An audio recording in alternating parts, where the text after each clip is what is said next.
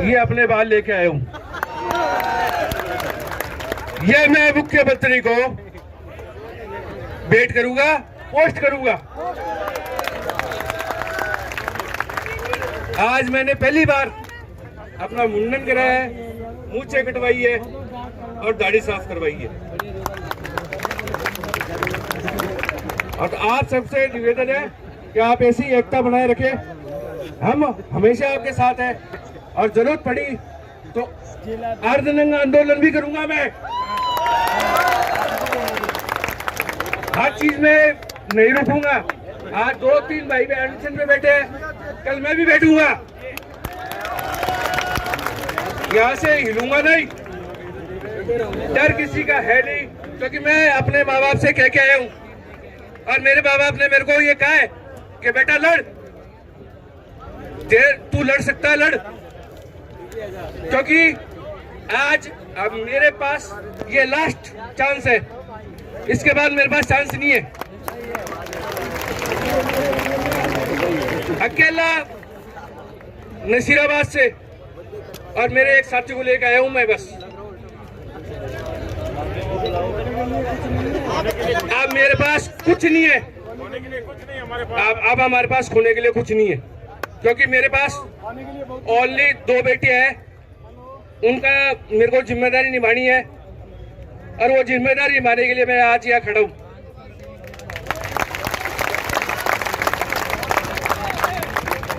और वो जिम्मेदारी मैं बखूबी निभाऊंगा। और मैं उन माताओं बहनों से ये बहुत धन्यवाद करना चाहता हूं जो अपने छोटे छोटे बच्चों को लेकर खड़ी है। रोज मैं सोशल मीडिया पे देखता हूं, करता हूं, मेरे को बहुत अच्छा लगता है क्योंकि इन माताओं बहनों में इतनी ताकत है जो आज हमें अपना हक दिला के रहेंगी। और इन माताओं बहनों को मेरा हार्दिक अभिनंदन है। और भाई तो है ही है, भाइयों की तो कोई तारीफ ही नहीं है। भाई तो सब अपने ही है। खड़े खड़े गेलो सर की झंडे ऊपर देंगे साले, कुछ भी करेंगे पीछे नहीं हटेंगे।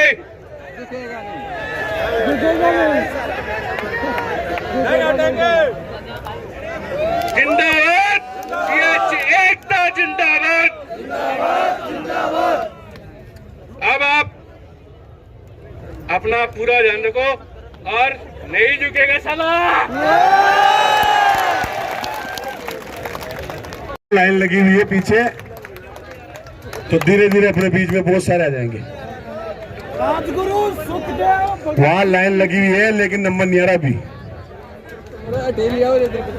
सभी साथियों के लिए एक बार ताड़े बजा दो, एक बार वापस। वो कहने को तो वो गांधी के अनुयायी हैं और पूरी पार्टी उनको दूसरा गांधी के रूप में प्रस्तुत करती है, टोपी पहना करके। उनको गांधी के बताए रास्ते की, उनके बताए हुए सत्याग्रह का सम्मान करना चाहिए। सत्याग्रह चल रहा है शांतिपूर्ण तरीके से, उसकी गंभीरता को समझते हुए सरकार को उचित फैसला करना चाहिए। ये मुख्यमंत्री का अधिकार है और ये उसकी जिम्मेदारी भी है। लेकिन धैर्य की भी तो ये सीमा होती है। क्या होती है? सीमा। क्या होती है? जोर से बोलो। सीमा। धैर्य की भी एक सीमा होती है मुख्यमंत्री जी। आप ये लेबल अपने ऊपर मत लगवाओ कि ये आपके छोटे छोटे बालक अपनी सीमा से बाहर आए। ये हम नहीं चाहते और आपको भी ये नहीं चाहना चाहिए। लेकिन जो लोग कहते हैं ना जादूगर, अरे अब तो दुनिया कहां से कहां पहुंच गई। आदमी चंद्र पे मां पे पहुंच गया, बगैर माँ बाप के बच्चा पैदा ना होने लग गए। अब कौन नहीं समझता है जादूगरी को? बताओ, आप नहीं समझ रहे हो? बोलो, आप जादूगरी का मतलब नहीं समझ रहे हो क्या? समझ रहे हैं। कोई मतलब नहीं है इसका, कोई औचित्य नहीं है। ये गुमराह करने की घिनौनी सरकार की साजिश है, ये याद रखना। सरकारें तमाम तरह के हथकंडे अपनाएंगी तुमको तोड़ने के लिए, तुमको विभाजित करने के लिए और इस आंदोलन को कमजोर करने के लिए। ये क्या है यूट्यूबी? क्या है यूट्यूबी? किसको नौकरी मिल जाएगी 28,000 में, बताओ ना? नहीं, किसको मिल जाएगी? क्या उससे हमारा काम चल जाएगा? और फिर मुख्यमंत्री जी, आपकी नीयत में शक है। जब आप 10 महीने बाद झूठ बोल सकते हो, आप 10 महीना काम करा के गर्दिश के समय में हमें धोखा दे सकते हैं, तो फिर तुम्हारा कोई यकीन और भरोसा नहीं है। इसलिए साथियों, बोल गिरिराज महाराज की। इसलिए ध्यान रखना, ये बहुत ऑर्डर इस तरह के छपेंगे, इनके चक्कर में नहीं पड़ना है। एक ताकत बना के रखनी है, ताकत, और आंदोलन को मजबूत करो। और मैंने कल भी एक बात कही थी, आप लोगों को शायद याद नहीं होगा, लेकिन मैं याद फिर दिला रहा हूं आपको, ध्यान से सुनो। खासकर जयपुर वाले बच्चों के लिए मैंने कल एक बात कही थी, और वो बालक, वो बच्चे शायद भूल चुके हैं जयपुर वाले। मैंने कोई बात उनको कही थी कि वो अपने अपने घर से एक एक अभिभावक को लेकर के आओ। भूल गए कि याद है जयपुर वाले? लेकिन वो शायद नहीं लाए। अब ये लड़ाई अभिभावकों को भी लड़नी पड़ेगी, आप ध्यान रखना। अरे बुढ़ी माओ को, दादियों को लाओ। इन प्रशासन वालों को व्हील चेयर का इंतजाम करना पड़ेगा, हाथ पकड़ के ले जाना पड़ेगा, सहारा देना पड़ेगा।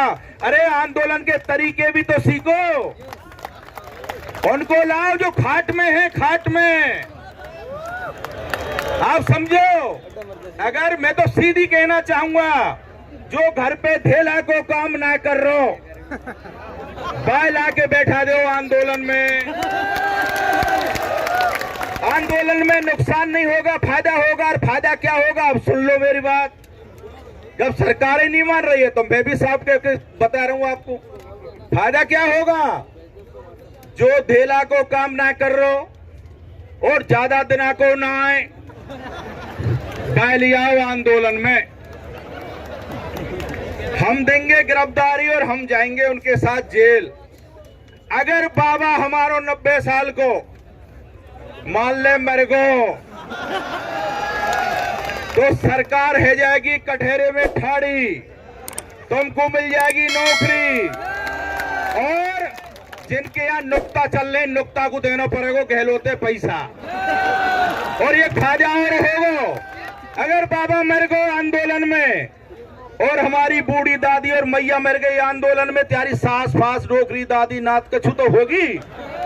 अगर बूम मर गई यहाँ जयपुर में, तो वह लेके बैठ जाएंगे, ओ दादी तू कहाँ गई हमने छोड़ के, है ना।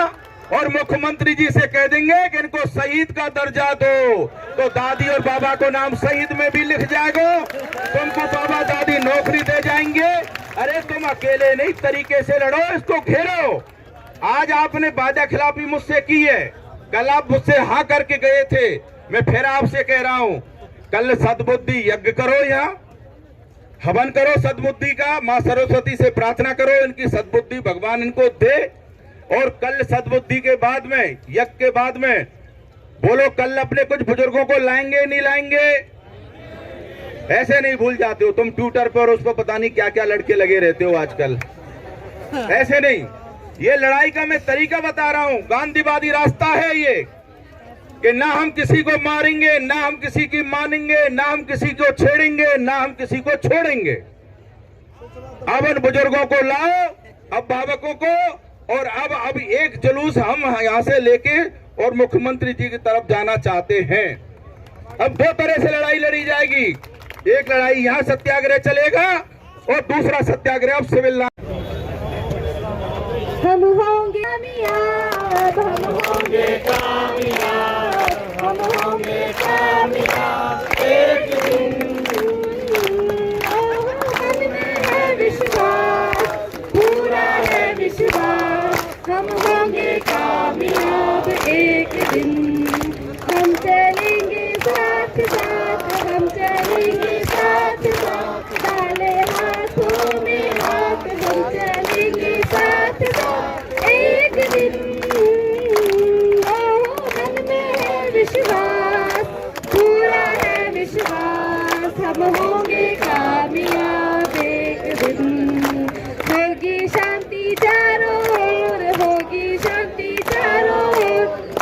की शक्ति